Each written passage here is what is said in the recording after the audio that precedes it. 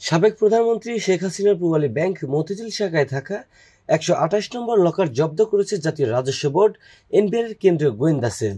আজ বুধবার ১০ সেপ্টেম্বর বিষয়টি নিশ্চিত করেন সিআইসির মহাপরিচালক আহসান হাবিব। তিনি জানান, সাবেক প্রধানমন্ত্রী শেখ হাসিনার নামে পূবালী ব্যাংকের সেনা কল্যাণ ভবনে অবস্থিত একটি লকারের সন্ধান পাওয়া গেছে। এর দুটি চাবির মধ্যে একটি শেখ হাসিনার কাছে রয়েছে আর ব্যাংকের কাছে আরেকটি চাবি রয়েছে। আজ সকালে রাজস্ব গোয়েন্দারা সেই লকারটি জব্দ করে।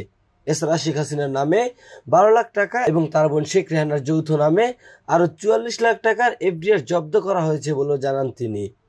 এর আগে সাবেক এই প্রধানমন্ত্রীর অর্থ সম্পদের বিষয়ে জানতে দেশের ৬৫টি ব্যাংকে চিঠি দেওয়া হয়।